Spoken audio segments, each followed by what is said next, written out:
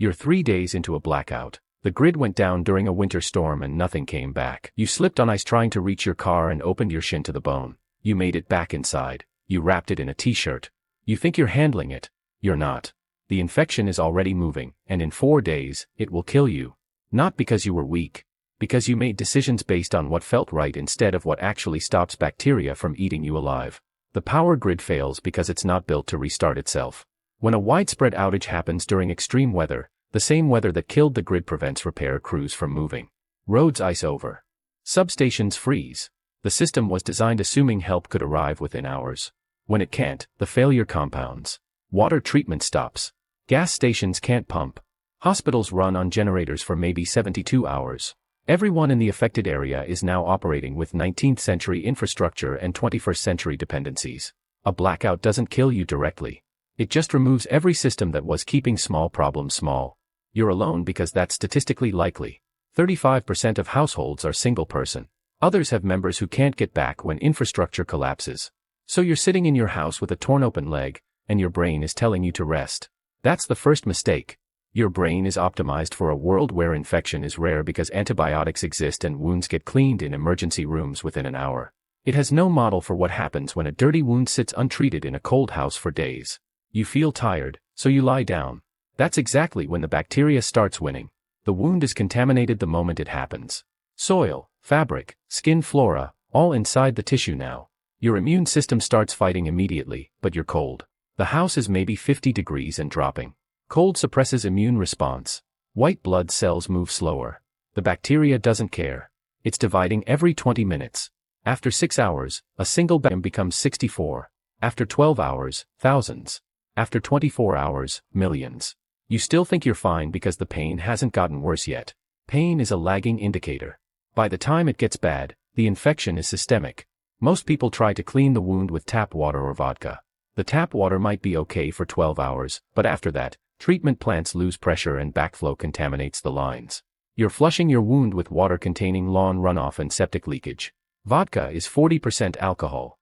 You need 70%, and even that doesn't penetrate deep tissue. What works is mechanical removal.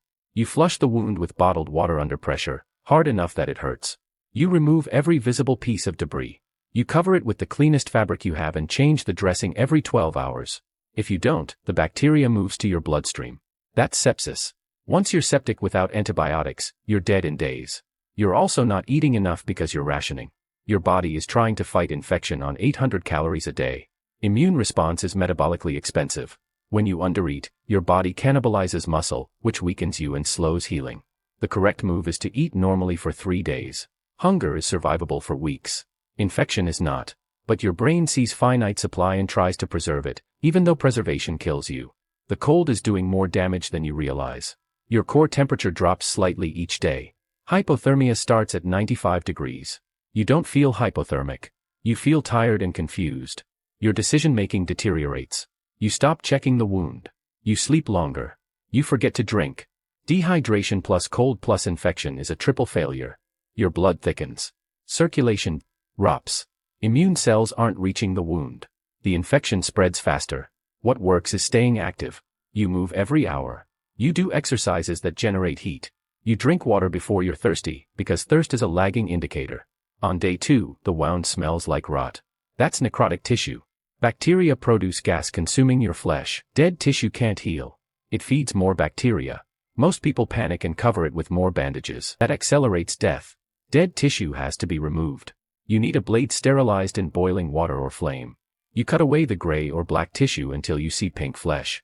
It hurts. You want to stop. If you stop, the infection wins. If you cut away the dead parts, your body has a chance. You're not a surgeon. You just need to be willing to do something that hurts now to prevent something that kills you later. By day 3, red streaks move up your leg from the wound. That's lymphangitis. The bacteria is in your lymphatic system, heading toward your bloodstream. Once it hits your blood, you have maybe 24 hours before septic shock. Your heart rate spikes. You're sweating despite the cold. You might hallucinate. This is where most people die because they're too weak to act. If you're still thinking, there's a move. Need heat on your core. You pile every blanket onto your torso. You drink warm water. You do not lie down. Lying down is dying. You stay upright. You keep moving. You're buying time for your body to fight. Day 4 is the threshold. If the infection isn't controlled, sepsis becomes septic shock. Blood pressure drops. Organs fail. Kidneys, liver, heart. There's no coming back without a hospital, and the hospitals are dark. People die from infections during blackouts not because infection is unbeatable, but because they waited for rescue. They assumed help would come. Every assumption costs time. The infection doesn't negotiate. It grows. The only thing that stops it is action. Survival is not about being tough. It's about being correct.